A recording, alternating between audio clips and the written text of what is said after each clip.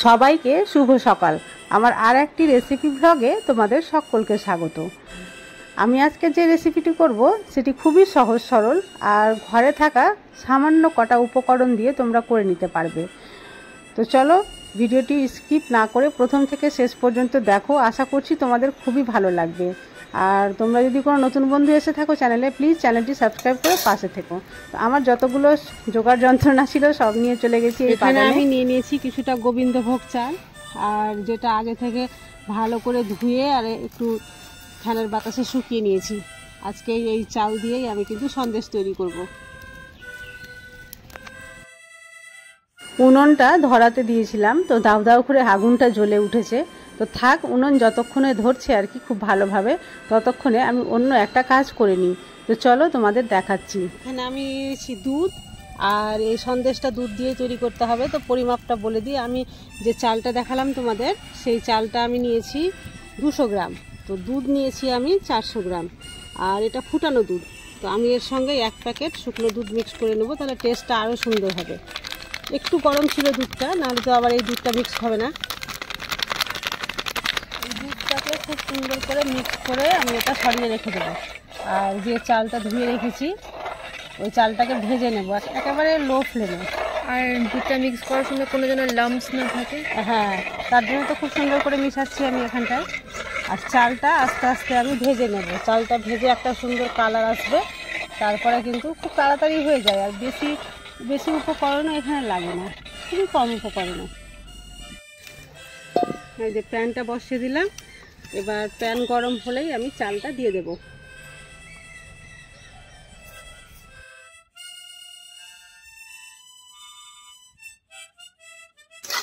উনুনের ফ্লেমটা লো রেখে অনবরত একটু কষ্ট করে নাড়তে হবে, নাহলে কি হবে জানো তো, একটা মানে পিঠ ভাজা হবে আর অন্য দিক ভাজা হবে না, তো পুড়েও যেতে পারে। তো তাই সমানভাবে এভাবে একটু কষ্ট করে নাড়ালে চারিদিক থেকেই ভাজাটা হবে, আর কালারটাও খুব সুন্দর আসবে। এখানে চাল ভাজতে প্রায় 5 মিনিট সময় লেগেছিল। 5 মিনিট পরে দেখো তোমাদের দেখাচ্ছি। দেখো চালটা খুব সুন্দরভাবে ভাজা ভাজা হয়ে গেছে, আর এটা আমি এখন ঠান্ডা করতে দেবো। ঠান্ডা হয়ে গেলে একে মিক্সার গ্রাইন্ডারে আমি গ্রাইন্ড করে নেব। চাল ভাজা লাগছে পুরো। হ্যাঁ, চালই তো ভাজা, এটা গোবিন্দভোগ চাল ভেজেছি। ও হ্যাঁ, মানে অথেন্টিক চাল ভাজা তো না। চাল ভাজাকে তোমরা মানে কি বলবো, এমনভাবে মিক্সার গ্রাইন্ডারে গ্রাইন্ড করবে যাতে একটু মানে দানা দানা থাকে, তাহলে সন্দেশটা খেতে খুব সুন্দর হয়। এটাতে আমি মানে ঢেলে দিলাম, তাহলে খুব তাড়াতাড়ি ঠান্ডা হয়ে যাবে। আমি যেহেতু মিক্সার গ্রাইন্ডারে গ্রাইন্ড করবো, তো একটু ঠান্ডা হওয়ার বেশি দরকার, নাহলে মেশিনটা গরম হয়ে যাবে। তোমরা পারলে শিলনোড়াতেও বেটে নিতে পারো, কোনো অসুবিধা নেই।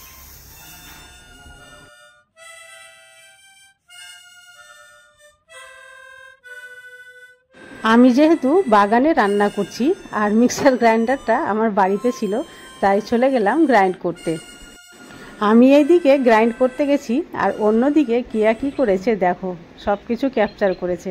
ওই যে দূরে বাগানের মধ্যে ঈশান রয়েছে, সে গেছে আমের গাছের গোড়ায় দেখতে যে আম হয়েছে কি না।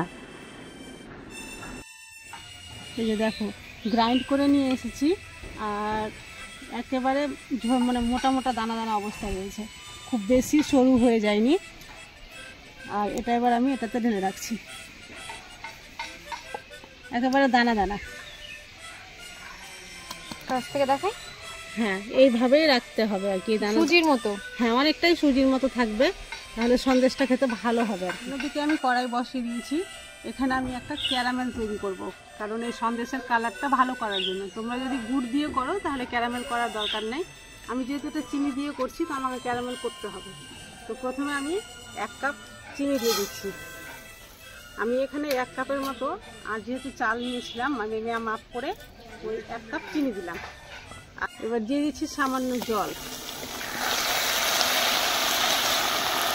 আর আমি এটা ততক্ষণ পর্যন্ত নাড়বো না যতক্ষণ না চারিদিকটা হলুদ হয়েছে।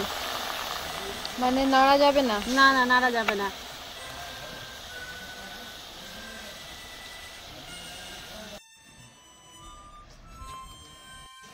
এই যে দেখো চারিদিকে লাল লাল হতে শুরু করেছে, এবার আমি এটা নাড়তে থাকবো। কড়াইটাও বেঁকা হয়ে গেল।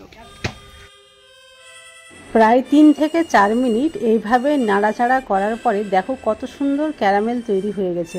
কালারটা দেখে বুঝতেই পারছো কত সুন্দর তৈরি হয়েছে। এবার এই পর্যায়ে কিন্তু আমি দিয়ে দেব সেই দুধ, আর এর চাইতে বেশি কালার হলে তেতো হয়ে যেতে পারে। ক্যারামেলটা একেবারে রেডি হয়ে গেছে, এর চাইতে বেশি আর কালার করা যাবে না, নাহলে তেতো লাগবে। এবার আমি দুধটা দিয়ে দিচ্ছি। দেখো কত সুন্দর কালার হয়েছে। ক্যারামেলের উপরে দুধ দিলে কিন্তু এই যে এইভাবে জমাট বেঁধে যায়, তো এটা দেখে ভয় করলে হবে না। একটু একটু যখন নাড়তে থাকবে তখন নিজের মনে সব ঠিক হয়ে যাবে। আবার কালারটা দেখছো, মনে হচ্ছে একেবারে চায়ের মতো কালার এসছে, দেখতে কি সুন্দর লাগছে। এখানে আমি দিয়ে দিচ্ছি 1 চামচের চাইতে একটু বেশি ঘি। তোমাদের হাতের কাছে যদি ঘি না থাকে তো তোমরা ডালডাও ইউজ করতে পারো। এখানে ঘিটা দিলে সন্দেশের ফ্লেভারটা খুব সুন্দর হয়, ঘিয়ের ফ্লেভার আছে। এলাচের দানা দিয়েছি 4-5টা। এলাচ দিলাম না কারণ মুখে পড়বে, ভালো লাগবে না খেতে, ঝরিয়ে এলাচের দানাই দিলাম।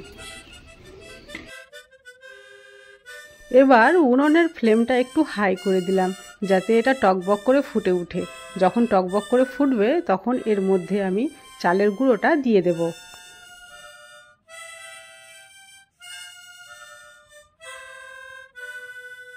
দুধটা দেখো টকবক করে ফুটছিল, তাই আমি এটা দিয়ে দেবো। আর এটা অল্প অল্প করে দেবো আর নাড়তে থাকবো, নাহলে ডলা বেঁধে যাবে।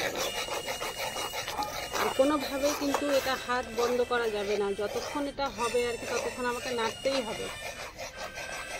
গ্যাসের উনুনের ফ্লেমটা একেবারে কমাতে হবে। গ্যাসে রান্না করে করে অভ্যাস তো, তাই বারে বারে শুধু গ্যাসের ফ্লেমটাই মুখে আসছে।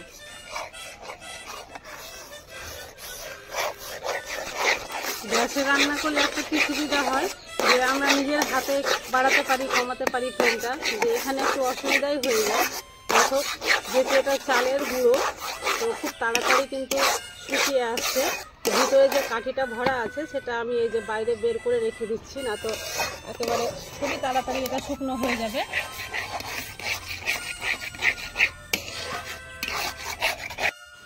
এটা শুকনো হয়ে একেবারে ডো ফর্মে চলে আসবে। দেখো ডোয়ের মতো হয়ে গেছে। এবার এটা আমি উঠিয়ে নেব। আগে থেকে ঘিটা মাখিয়ে রেখেছিল, ওটা বললেন না যে? ভুলে গেছি, থালাতে সামান্য ঘি মাখিয়ে রেখেছিলাম যাতে স্টিকি স্টিকি না হয়। হ্যাঁ, তারপরে এটা দিয়ে দিচ্ছি।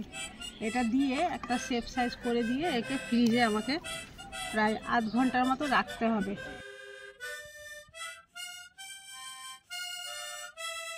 দেখো কত সুন্দরভাবে সেট হয়েছে। আমি প্রায় আধ ঘন্টা রেখেছিলাম ফ্রিজে। এবার আমি এটা নিজের ইচ্ছা মতো শেপ সাইজ করে কেটে নিচ্ছি। তো প্রথমে ধারিটা এই যে যেটা একটু মোটা মোটা রয়েছে, এবড়ো খেবড়ো ভালো লাগে না, সেটাকে আমি কেটে সরিয়ে দিচ্ছি। তবে এটা ফেলে দেবো সে ব্যাপার নয়, এটাও খাওয়া যাবে, কিন্তু দেখতে ভালো লাগবে শেপটা, তাই আমি এরকম করছি।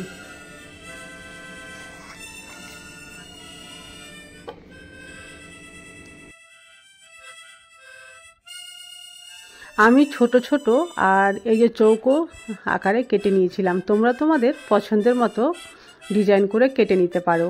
আর কাটার পরে এর লুকটা হয়েছিল এই রকম, দেখতে খুবই সুন্দর, আর খেতেও কিন্তু খুব দারুণ হয়েছিল। কেউ দেখে বুঝতেই পারবে না যে এটা বাড়ির তৈরি করা সন্দেশ। একেবারে দোকানের মতোই সন্দেশ তৈরি হয়েছিল। দেখো খুব বেশি সফটও নয় আর খুব বেশি শক্তও নয়, একেবারে মাঝামাঝি, মানে সন্দেশের মতোই।